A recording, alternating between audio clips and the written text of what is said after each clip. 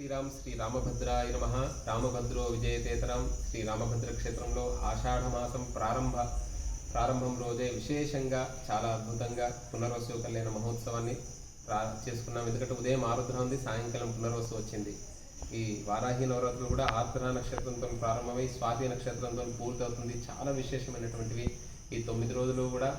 ఎందుకంటే శ్రీరాము లలితాంబిక, రాముడు లలితా స్వరూపం అన్నట్టు. ఆ లలితాదేవికి ఏంటిదంటే ఒక పక్క రాజశ్యామల, ఒక పక్క మనకు వారాహి దేవి ఉంటుంది, దండిని అని అంటారు అన్నట్టు. సప్తమాతృకల్లో కూడా ఈ వారాహి అమ్మవారి యొక్క విశిష్టత ఉంది. 5వ దేవత వారాహి అనేటువంటిది. వరాహస్వామి నుండి వారాహి దేవి, కౌమారి నుండి కుమారస్వామి నుండి కౌమారి, ఇలా బ్రాహ్మి అంటే బ్రహ్మదేవుని నుండి బ్రహ్మశక్తి నుండి బ్రాహ్మిగా అవతరించింది. సప్తమాతృకల్ని మనం ఏ పూజ చేసినా కూడా సప్తమాతృకల్ని అర్చిస్తాము. మరలా లలితాదేవిని అర్చించినప్పుడు ఇక్కడ వారాహిదేవిని కూడా అర్చించవచ్చు. ఈ వారాహిదేవి యొక్క విశిష్టతను కూడా ఆర్య ద్విషతి లలిత స్తవరత్నం అని దూర్వాస మహర్షి చాలా అద్భుతంగా వర్ణించారు. ఇది కంచి కామాక్షిలో కూడా చాలా విశేషంగా వారాహిదేవిని మనము గాయత్రి అంటే దేవాలయం బయటకు రాగానే గాయత్రి మండపం దగ్గర అమ్మవారిని దర్శించుకోవచ్చు. తర్వాత కాశీలో ఉంది. ఇలా అనేక వారాహి దేవులు ఉన్నాయి. మనం అసలైనటువంటి వారాహిదేవి ఏ విధానంగా ఉంటుందో మనకు ఈ లలిత స్తవరత్నంలో చెప్పారన్నట్టు. అమ్మవారు కోలవదన అంటే వరాహస్వామి వారి యొక్క ముఖం కలిగినటువంటిది. కుశేష నయన అంటే నేత్రాలు ఎలా ఉంటాయి అంటే అమ్మవారి యొక్క పద్మములాగా ఉంటాయంట. కుశేష నయన. తర్వాత అప్పుడే కరిగించినటువంటి బంగారాన్ని కరిగిస్తే ఎలాంటి కాంతులు ఉంటాయి, కాంచన అంటే అలాంటి ఆ బంగారు వర్ణంతో ఉంటుందంట అమ్మవారు. అంటే నీలి మేఘాలు ఎలా ఉంటుందో, అంటే మేఘాల యొక్క వర్ణం నీలంలో ఎలా ఉంటుందో ఆ వర్ణమైనా కూడా బంగారం కరిగిస్తే వెదజల్లేటువంటి కాంతి ఎలా ఉంటుందో అలాంటి ఆ సువర్ణ బంగారపు కాంతితో ఉంటుందంట. తర్వాత సంధ్యారుణ కాంచన అంటే సంధ్యారుణ సమయంలో చేల అంటే వస్త్రం, అలాంటి సంధ్యారుణ సమయంలో సంధ్యారుణ చేల అంటే ఆ అరుణ వర్ణం, సంధ్యా సమయంలో ఎరుపు వర్ణం ఏ విధంగా ఉంటుందో ఆకాశంలో అలాంటి వస్త్రాన్ని ధరించి ఉంటుంది.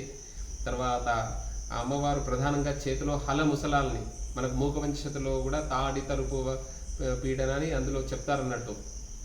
ఒక శ్లోకం ఆర్యశతకంలో ఉంటుంది. హల ముసలాల్ని ధరించినటువంటి వారాహి స్వరూపం అని కామాక్షి దేవిని మూక కవి చెప్తారు. అలా ఇక్కడ కూడా ఆర్య దృష్టిలో కూడా చేతిలో హల ముసలాలను ధరించి ఉంటుంది. హల అంటే నాగలి, తర్వాత ముసలము అని అంటే రోకలి అంటాం కదా, రోకలి అంటాం కదా, దంచేటువంటిది. అంటే మనకు అన్నపూర్ణ అమ్మవారిగా, మహాలక్ష్మి అమ్మవారిగా మనం అందరము కూడా వస్త్రం కడుతున్నామంటే, అన్నం తింటున్నామంటే ఈ భూస్వరూపం అమ్మవారు అన్నప్రదాయిని మహాలక్ష్మి స్వరూపం ఇలా ధరించి ఉంటుంది. శంకు చక్రాలు ధరించి ఉంటుంది. వైష్ణవీ తత్వం యజ్ఞవరాహం నుండి వచ్చింది కదా. అంటే మానవులకే కాదు దేవతలకు కూడా ఆహారాన్ని ఇచ్చేటువంటి తల్లి. అంటే స్వాహాకారం ద్వారా యజ్ఞం ద్వారానే కదా మనం భగవంతుడికి ఆహారం ఇచ్చేటువంటిది.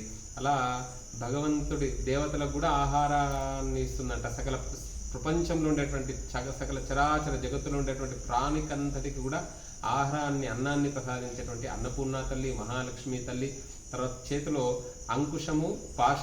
అంకుశం అంటే నిరంకుశ పాలన అంటుంటాం, అంటే సరిగ్గా లేదు పాలన అని అంటాం. అంకుశం అంటే ఏంటిదంటే ఏనుగును తీసుకుని వెళ్తుంటే చేతిలో మావటివాడు ఒక కర్రను పట్టుకొని ఉంటాడు, దానికి ఇనుమది ఒకటి ఉంటుంది. ఏనుగు తోలు చాలా మందంగా ఉంటుంది కాబట్టి నిరంకుశంగా అటు ఇటు అంటే ఎటు వెళ్ళకుండా దాన్ని ఒక మందలించడానికే చాలా జాగ్రత్తగా, అంటే అమ్మవారు కూడా తప్పు మార్గంలో వెళ్ళేటువంటి వారిని, చెడు మార్గంలో వెళ్ళేటువంటి వారిని అలా వెళ్లకుండా మంచి మార్గంలో వెళ్ళే విధంగా అనుగ్రహిస్తుందంట. పాశం అంటే యమధర్మరాజు చేతిలో ఉంటుంది పాశం అనేటువంటిది. ఆత్మలను బంధిస్తే యమధర్మరాజు ఈ అమ్మవారు ఏంటంటే భవసాగరాన్ని దాటిస్తుందంట. అంటే ఇహంలో ఉండేటువంటి కోరికలను తప్పకుండా ధర్మవాంఛితమైనటువంటి కోరికలను నెరవేరుస్తుంది. అభయ ముద్ర, వర అభయ అంటే ప్రకాశిస్తున్నటువంటి, అంటే వెంటనే అమ్మవారిని చూడగానే మనకు అమ్మ అంటే ఇంకా చాలు జీవితం అని అనిపిస్తుంది. అంటే అంత అద్భుతమైనటువంటి రూపంలో ఉంటుంది అని చెప్పింది. తర్వాత దూర్తానాం అతి దూర అంటే దూర్తులకు, దుర్జనులకు దూరంగా ఉంటుందంట. అమ్మవారిని అర్చించాలంటే, భగవంతుని రాముని అర్చించాలంటే చాలా కష్టం అన్నట్టు. అంటే ఎప్పుడు కూడా శాఠ్యం సదా దుర్జనే అని అంటారు కదా. అలా దుర్జనుల యొక్క బుద్ధి ఎప్పుడూ ఒక విధానంగా ఉంటుంది. అమ్మను ఒక్కసారి పట్టుకుంటే ఏంటిదంటే అలాంటి దుర్మార్గమైనటువంటి ఆలోచనలను కూడా తీసేస్తుంది. తర్వాత వార్త అంటే న్యూస్ అని అర్థం అన్నట్టు. వార్త ఇక్కడ న్యూస్ ఏంటిదంటే ఎప్పుడు కూడా శుభవార్త చెబుతుంది. మనకి ఏదైనా పని కావాలి, భూ సంబంధంగా కానివ్వండి, గృహ సంబంధంగా కానివ్వండి, ఇంట్లో ప్రశాంతత కానివ్వండి, అన్నీ ఉన్నా కూడా దాంపత్య జీవనం కానివ్వండి, సంతానం కానివ్వండి, అన్నీ కూడా ఏ ఏ ధర్మవాంఛితాలు ఉన్నాయో ఒక ధర్మమైనటువంటి అంటే శాంత రూపంలో ఉండేటువంటి వారాహి అమ్మవారిని ఆరాధించాలి. ఈ రూపాన్ని చెప్పారంటూ 3 శ్లోకాల్లో చెప్పారు, 66, 67, 68. అలా శుభదాత్రి అంటే వాంఛిత అందరికీ కూడా శుభాన్ని ప్రసాదించేటువంటి విషయమని ప్రత్యక్ష ప్రమాణంగా మనకు లలితా స్తవరత్నంలో చెప్పారు. తర్వాత మూకపంచశతిలో చెప్పారు, లలితా సహస్రనామాల్లో చెప్పారు. ఈ వారాహి అమ్మవారి గురించి చాలా విశేషంగా చెప్పారన్నట్టు. భండ సైన్య వదోద్యుక్త శక్తి సేన సమన్విత.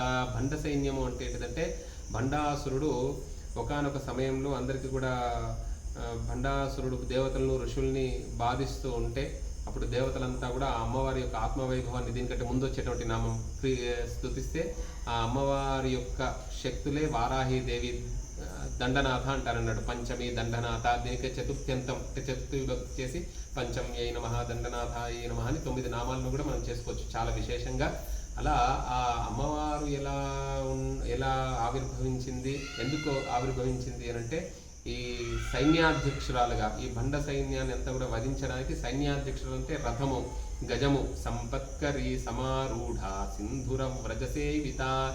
అంటే ఈ సంపత్కరి అనేటువంటి కొన్ని ఏవైతే ఏనుగులు ఉంటాయో వాటిని సింధుర వ్రజసేవిత, ఈ చిన్న చిన్న ఏనుగులు కొన్ని వేల ఏనుగులు సేవిస్తున్నాయంట. అలా ఈ అశ్వారూఢాధిష్ఠిత, అశ్వకోటి అశ్వాలు, ఇలా అనేకంగా సైన్యం ఏదైతే ఉంటుందో వాటన్నిటికీ కూడా సైన్యాధ్యక్షురాలు. అమ్మవారు కూడా బాలా అమ్మవారు అంటాం మనం. బాలా తీసుకున్నారా దీక్ష, ఇది పూర్ణ దీక్ష ఉన్నటువంటి వాళ్ళు నియమంగా ఆచరించాలి. కలశ స్థాపన, తర్వాత యంత్రం, శ్రీచక్రము, యంత్రము, సర్వతోభద్ర మండలము, శాక్తేయంగా ఉన్నటువంటి వారు, వంశపారపర్యంగా ఆచారం ఉన్నటువంటి వారు. ఆచారం లేనటువంటి వారు ఏంటంటే ఇప్పుడు దసరా నవరాత్రులు వస్తాయి, మనం ఇలా 9 రోజులు మనం అమ్మవారిని పూజిస్తాం కదా, ఒక లలిత అమ్మవారి యొక్క ఫోటో పెట్టుకొని చేస్తాం కదా. ఈ 9 రోజులు కూడా ఆషాఢ మాసంలో గుప్త నవరాత్రులు అంటారు అన్నట్టు. అంటే బయట ఫోటోలు పెట్టేసి నేను వారాహి అమ్మవారి పూజ చేశానని చెప్పని అవసరం లేదు. ఫేస్బుక్లో, యూట్యూబ్లలో, వీటిలలో అన్నిటిలో చెప్పని అవసరం లేదు. గుప్తంగా అంటే ఏంటంటే ఏదైనా ఒక పని చేసేటప్పుడు రహస్యంగా చేస్తారు. గుప్త అంటే రహస్యం అని అర్థం అన్నట్టు. అందరికీ చెప్పి చేస్తామా? చెప్పి చేయం కదా. మనకు కావాల్సింది విజయం. ఈ నవరాత్రుల్లో కూడా దీక్షగా ఉండడం ద్వారా మానసికంగా ఆధ్యాత్మిక విజయం కావాలి. తర్వాత భౌతిక విజయం అన్నీ కూడా వస్తుంటాయి. ఆధ్యాత్మికంగా విజయాన్ని పొందినటువంటి వాడు భౌతికమైనటువంటి కోరికలు నెరవేరుతూ ఉంటాయి. అలా వీళ్ళందరినీ కూడా సంహరిస్తూ ఉంటుంది. అలా భండపుత్ర వధోద్యుక్త బాలా విక్రమం అంట. అలా బాలా అమ్మవారు ఉద్భవిస్తుంది. తర్వాత ఒక విఘ్నయంత్రం ప్రదర్శిస్తే అప్పుడు కామేశ్వర ముఖాలోక కల్పిత శ్రీ గణేశ్వర, ఆ కామేశ్వరుణ్ణి ఆలోక మాసాంతం అలా చూస్తుంది అన్నట్టు అమ్మవారు. చూడగానే మహాగణాధిపతి ఆవిర్భవిస్తాడు. ఆ తర్వాత మనకు ఆవిర్భవించిన తర్వాత ఇలా ఒక్కొక్కరు విఘ్నయంత్ర ప్రదర్శిత. అలా గణపతి కూడా పూర్వం ఉన్నటువంటి స్వామి అన్నట్టు. అనేక గణపతులు ఇందులో, అనేక ఆరాధనలు. ఇది చాలా లోతైనటువంటిది, అనంతమైనటువంటిది శాస్త్రం అనేటువంటిది. అందులో భాగంగా విషంగుడు, విశుక్రుడు ఈయనకు సోదరుడు అన్నట్టు. ఎవరికి? భండాసురుడికి. వీరిని విషంగుడిని రాజశ్యామలామాత సంహరిస్తే ఈ విశుక్రుణ్ణి విశుక్ర ప్రాణహరణ వారాహి వీర్య నందిత.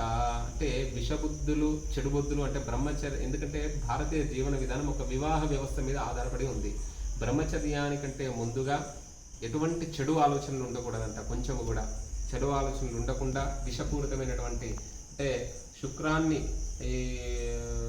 అంటే తన యొక్క శక్తిని, బ్రహ్మచర్యాన్ని కోల్పోకుండా ఇలాంటి చెడు ఆలోచనలు రాకుండా విద్యార్థులు కూడా అమ్మవారిని ఆరాధించవచ్చు.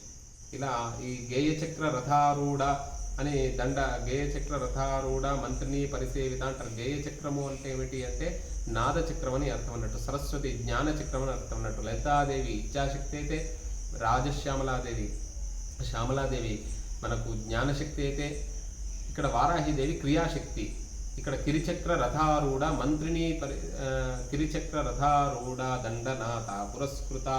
కిరి అంటే కిరణం అని అర్థం అన్నట్టు, వరాహం అని అర్థం అన్నట్టు. ఈ వరాహాలతో ఉన్నటువంటిది అనే అర్థము. సూర్యకిరణాల ద్వారా ప్రపంచానికి ఏ విధానంగా వెలిగిస్తుందో ఈ రథం మీద అధిష్ఠించి ఆ అమ్మవారు ప్రపంచానికి కాంతిని కిరిచక్ర రథారూఢ దండనాథ్ పురస్కృత. చెడు మార్గంలో వెళ్లకుండా దండం దశగుణం భవేతని అంటుంటారు కదా, అలాంటి అనుగ్రహాన్ని ఇస్తుందంట. ఇలా విశుక్ర ప్రాణహరణ వారాహి వీర్యనందిత అని లలితా సహస్రనామంలో చెప్పారు. దాని తర్వాత ఈ బ్రహ్మ మహేశ్వర సకల దేవతలు కూడా అమ్మవారిని ఆరాధించినటువంటి విశేషం. కావున ఆషాఢ నవరాత్రులు వారాహీదేవిని యంత్రము, కలశము, అఖండ దీపారాధన అవసరం లేదండి. మిగతా భక్తులంతా కూడా శాక్తేయంగా ఉన్నటువంటి వారు, వంశపారపర్యంగా ఉన్నటువంటి వారు, ఆచారం ఉన్నటువంటి వారు మాత్రమే చేయండి. ఇది పూర్వం నుండి ఉన్నటువంటి అమ్మవారే వారాహీదేవి. ఇందులో అనేక వరాహులని సాత్వికంగా మనం ఒక వ్యక్తి నవ్వుతూ ఉంటాడండి, మనకు కూడా అతనితో మాట్లాడాలనిపిస్తుంది. నవ్వుతూ ప్రశాంతంగా ఉంటాడు, మనకు కూడా ప్రశాంతంగా. అతను చాలా మన మీద కాఠిన్యంగా ఉంటే చాలా జాగ్రత్తగా ఉంటాం కదా, అలా ఆ ఉగ్ర రూపంలో ఆరాధించద్దు. సాత్వికమైనటువంటి ఇంతకుముందు మనం చెప్పిన విధానంగా ఆర్య ద్విషతి, అదేవిధంగా లలితా స్తవరత్నంలో చెప్పిన విధానంగా మనం అమ్మవారిని ఆరాధించాలని చెప్పారు. జగన్నాథ రథయాత్ర చాలా అద్భుతమైనటువంటి ఘట్టం. ఒక 56 రకాల నివేదనలు చేస్తారు. ఇక్కడ కూడా ఆ జగన్నాథుడు కూడా శ్రీకృష్ణ శ్యామలో దేవ అని అన్నారు. అలా దారు అంటే కర్రతోని మూల విరాటుల్ని ప్రపంచంలోనే అద్భుతమైనటువంటి ఒక రథయాత్ర ఇంకా చెప్పుకుంటూ వెళ్తే అనంతం. ఆ గురు వైభవాన్ని కూడా చెప్పుకునే ప్రయత్నం చేద్దాం. పునర్వసు నక్షత్రం రోజు ఈ రామభద్ర క్షేత్రానికి పునర్వసు నక్షత్రమే కాదు, నిత్యోత్సవం, వారోత్సవం, పక్షోత్సవం, రామభద్ర గోశాల, రామభద్ర వేద పాఠశాల, రామభద్ర క్షేత్రంలో జరిగేటువంటి కార్యక్రమాలకు ఎవరైతే భక్తులు మేమున్నామంటూ ఉంటున్నారో వారికి, చూస్తున్నటువంటి వారికి, కర్త కారయిత చేవ ప్రేరక అంటే ఇక్కడ జరిగేటువంటి కార్యక్రమాలని మమ్మల్ని మాకు ప్రోత్సాహాన్ని ఇస్తున్నటువంటి వారికి అందరికీ రామభద్ర స్వామి వారి యొక్క దివ్యానుగ్రహ ప్రసాద సిద్ధిరస్తు. జై శ్రీరామ్.